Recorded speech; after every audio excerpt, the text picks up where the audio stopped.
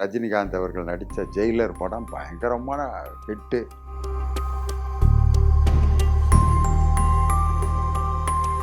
ஆனால் நூக்காவாலியா பாட்டு மட்டும் கிட்டத்தட்ட 20-30 கோடி பேர் பார்த்துருக்காங்க அந்த பாட்டை. அது என்ன தமிழ் பண்பாட்டை வளர்த்துச்சு, என்ன அதில் பெரிய மெசேஜ் இருந்துச்சு, ஒன்றுமே தெரில.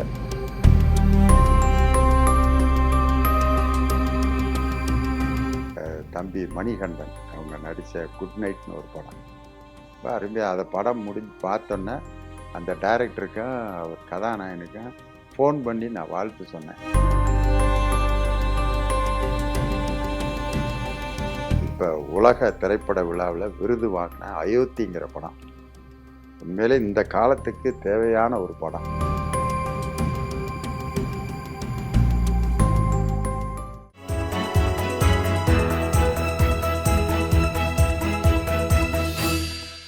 லியோனி டாக்கீஸ் நேயர்களுக்கு அன்பான வணக்கம்.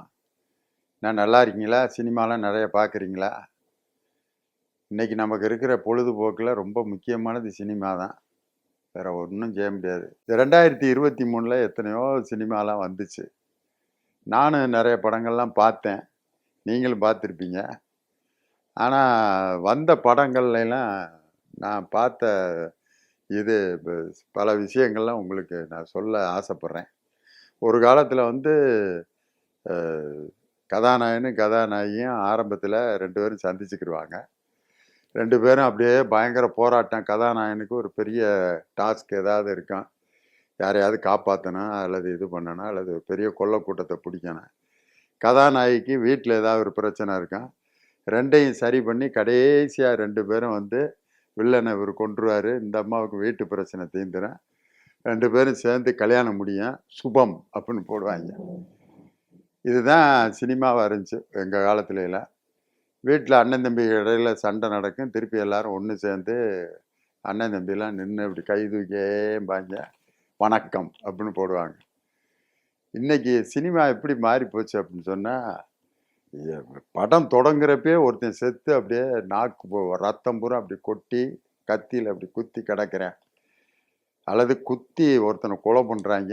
எவன் குத்துறான் எவன் ஜாகிறானே தெரியல. இது 2 பேரும் யாருன்னு கடைசியில் தான் காட்டுறாங்க. இதை உட்காந்து 2.5 மணி நேரம் பார்த்துட்டு இருக்கேன். குத்துனவன் யார், செத்தவன் யார், ரத்தம் ஏன் இவ்வளோ வந்துச்சு, ஏன் குத்துனான், ராத்திரி 1:30 மணிக்கு ஏன் அவன் போனான், இந்த மாதிரி கொலை பண்ணுறதுக்கு அவனுக்கு என்ன காரணம்னா, அவன் சின்ன பிள்ளையில் ஏதோ ஒரு டீச்சர் அவனை ஒரு இரும்பு கம்பியில் அடிச்சிருப்பாங்க. அப்போ யோசிச்சிருப்பேன், இனிமேல் யாரை பார்த்தாலும் நம்ம இரும்பு கம்பியில் அடித்து கொல்லணும்டான்ட்டு நினச்சிருப்பேன். அவன் பெரிய ஒரு மெண்டல் சைக்கோ மாதிரி ஆகி அவன் பண்ணுற வரிசையாக கொலைகளை பூரா காமிச்சு கடைசியாக அவனை போலீஸ் பிடிச்சிட்டு போயிடும் அல்லது அவனை யாராவது சுட்டு கொண்டு விடுவாங்க. இந்த மாதிரி இதுக்கு பேர் த்ரில்லர் அப்படிங்கிறான். இது என்னன்னா அப்படியே விறுவிறுப்பாக இருக்கணும், யார் கொண்டா என்ன, அது எப்போ, இவன் அவனா இவனா அப்படின்ட்டு. இது மாதிரி பார்க்குறது இப்போ ஒரு ட்ரெண்ட் ஆகிப்போச்சு. அதே மாதிரி யாராவது ஒருத்தன் ஒரு குடும்பத்தையே அப்படியே எரித்து கொண்டிருப்பேன். அந்த கொன்ன குரூப்பை பூரா வரிசையாக ஒவ்வொருத்தரையாக கொலை பண்ணிகிட்டே வருவார்.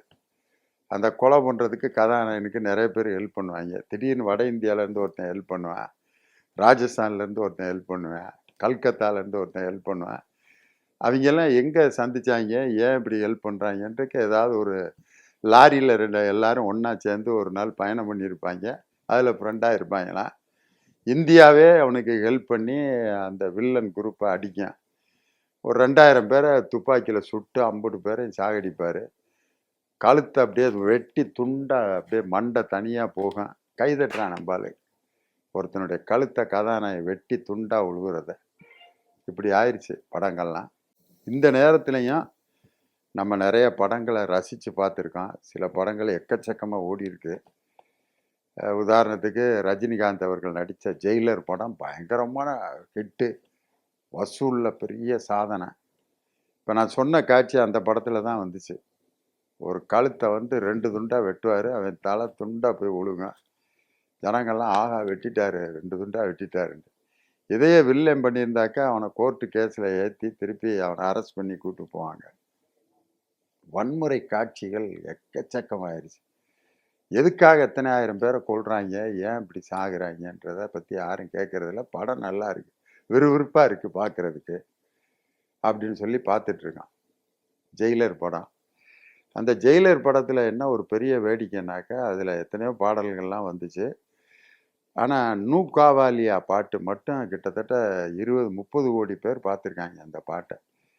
அது என்ன தமிழ் பண்பாட்டை வளர்த்துச்சு, என்ன அதில் பெரிய மெசேஜ் இருந்துச்சு, ஒன்றுமே தெரில. கேட்டால் டான்ஸ் ஆடுறதுக்கு. இப்போ புத்தாண்டு கொண்டாட்டங்களில் பார்த்தீங்கன்னா, கிட்டத்தட்ட எல்லா புத்தாண்டு கொண்டாட்டத்திலையும் போட்டு ஆடின பாட்டு அதாக தான் இருக்கும். அந்த மாதிரி ஜெயிலர்னு ஒரு படம் வந்துச்சு. இன்னொரு படம் மார்க் ஆண்டனின்னு ஒரு படம், விஷால் நடித்த படம் வந்துச்சு. அது உண்மையிலே அதை எப்படித்தான் புரிஞ்சு பார்த்தாங்கன்னு தெரில. ஏதோ ஒரு புதுசாக ஒரு காலன்றான். அதில் வந்து ஒரு 20 வருஷத்துக்கு முன்னாடி என்ன நடந்துச்சுங்கிறது அந்த காலண்டரில் தெரியுமா? அந்த நடந்து 20 வருஷத்துக்கு முன்னாடி நடந்தவன் திருப்பி இப்போ பிறப்பிட்டு வர்றான். இப்போ இருக்கிறவனுக்கும் அந்த 20 வருஷத்துக்கு முன்னாடி இருக்கிறவனுக்கும் இப்போ சண்டை நடக்குது. அடிச்சுட்டு கிடக்குறாங்க. பஞ்சு மிட்டாய் சேலை கட்டி பாட்டை இடையில போட்டு ஆடுறானுங்க. அந்த படம் தான் மிக ரசித்து நான் பார்த்தேன்ட்டு 2-3 பேர் வந்து சொல்கிறேன். இருக்கிறதுலே வந்த படத்திலே இதுதாங்க ரொம்ப டாப்பான படம். அப்புறம் கார்த்திக் நடித்த ஜப்பான்னு ஒரு படம் வந்துச்சு.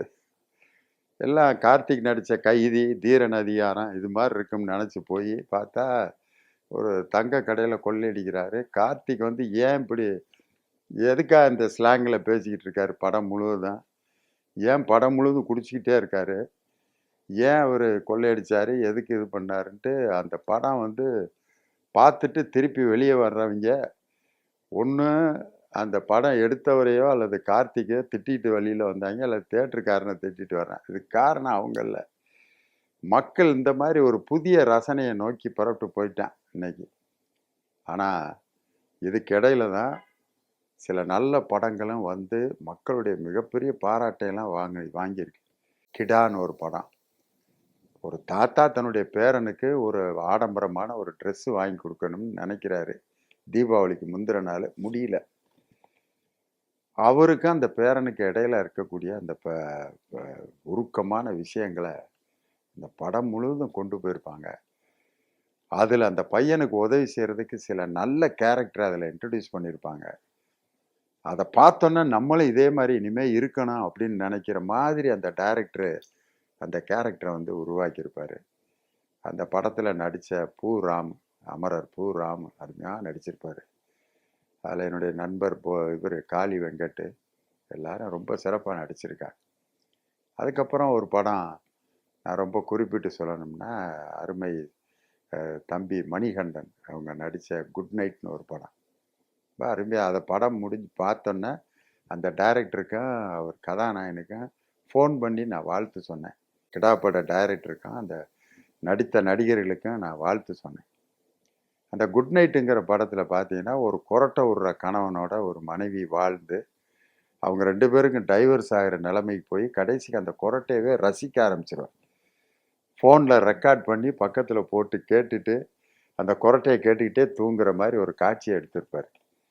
இது உண்மையிலே ஒரு இல்லற வாழ்க்கையில் நம்ம எதிர்பார்க்குற ஒரு கணவன் இப்படி ஆயிட்டாரே அப்படிங்கிறத அந்த மோசமான குணத்தையோட ஏற்றுக்கிட்டே வாழ்ந்து அந்த குரட்டை ஒளியை அவளுக்கு வந்து சங்கீதமாக மாற்றி வாழ்கிற அந்த காட்சியை ரொம்ப அழகாக எடுத்திருப்பார்.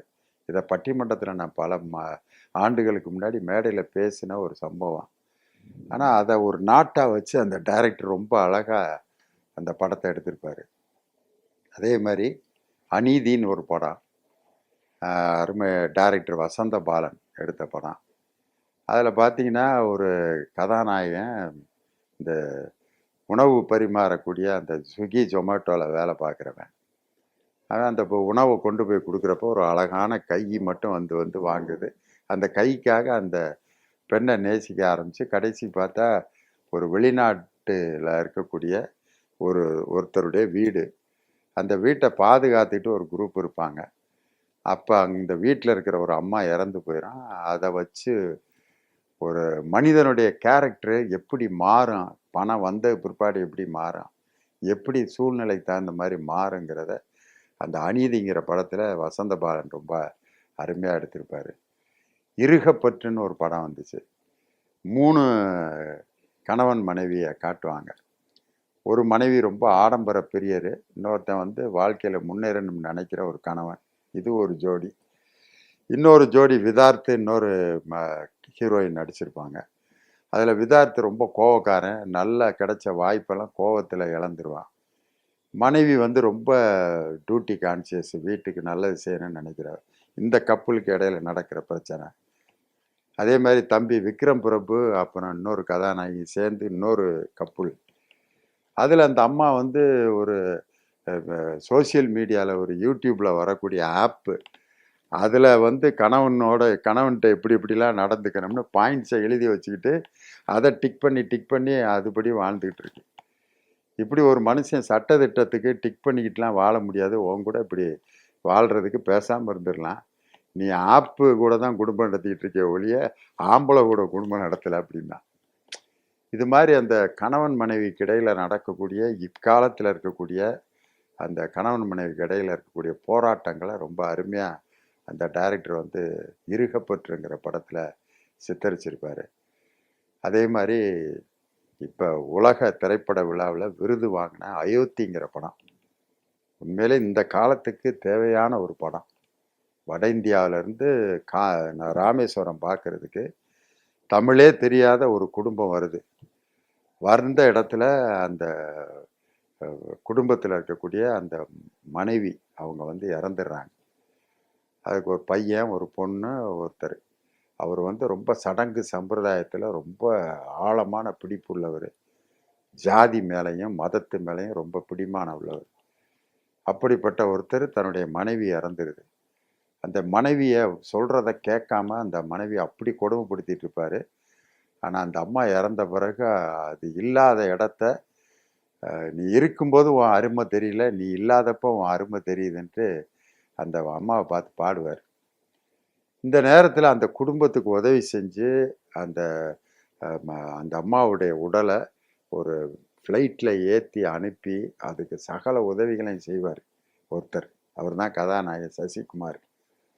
படம் முடியும் போது தான் வந்து அவர் வந்து ஒரு இஸ்லாமியர் அப்படிங்கிறத இந்த டைரக்டர் வெளிப்படுத்துவார். இப்படி இன்னொரு மதத்தின் மீது ஒரு குரோதமான மனப்பான்மை உள்ள ஒரு மதத்தின் மீது ஒரு வெறி உள்ள ஒருத்தன், சடங்கு சம்பிரதாயம் அது கண்டிப்பாக எங்கள் ஊரில் தான் அவளை வந்து புதைக்கணும் அப்படி இப்படின்னு சொல்லி அந்த சடங்குகளை நிறைவேற்றிட்டு தான் நான் இது பண்ணுவேன்ட்டு அதுக்கு எல்லாத்துக்கும் ஒரு இஸ்லாமிய இளைஞன் உதவி செஞ்சு அவங்கள அனுப்பி வைக்கிற மாதிரி அந்த படம் எடுத்திருப்பாங்க. இவ்வளவு ஆர்ப்பாட்டமான படங்களுக்கு மத்தியில் இப்படி நல்ல படங்களும் வந்துச்சு. ஜிகர்தண்டா 2Xன்னு ஒரு படம் வந்துச்சு. அதில் பார்த்தீங்கன்னா ஒரு ராகவா லாரன்ஸும் நம்ம எஸ்ஜே சூர்யாவும் நடிச்சிருப்பாங்க. அந்த படத்துலையும் ஏதோ மலை ஜாதி மக்களை ஒரு போலீஸ்காரன் கொடுமைப்படுத்துகிற மாதிரி பூச்சான்னு எடுத்து, அப்புறம் எஸ்ஜே சூர்யா ஒரு நடிப்பு டைரக்டராக நடிச்சிருப்பார், ஒரு மிகை நடிப்புக்காரர். அந்த நடிப்பை இப்போ எல்லாரும் ரசிக்கிறாங்க. எஸ்ஜே சூர்யா ஒரு புதிய பரிணாமத்தை கொடுத்துட்ருக்காருன்னு அவருடைய நடிப்பை இன்னைக்கு எல்லாரும் புதுசாக ரசிக்கிறாங்க.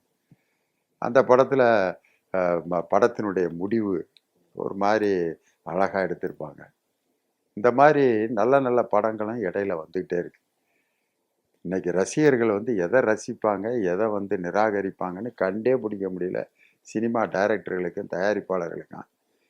இதுக்கிடையில தான் நான் நடித்த ஒரு படம், ஆலம்பனான்னு ஒரு படம் கேஜேஆர் ஸ்டுடியோஸ் எடுத்து அதில் ஒரு முக்கியமான கேரக்டர் நான் பண்ணி டிசம்பர் 15 அது வெளிவர்றதா இருந்துச்சு.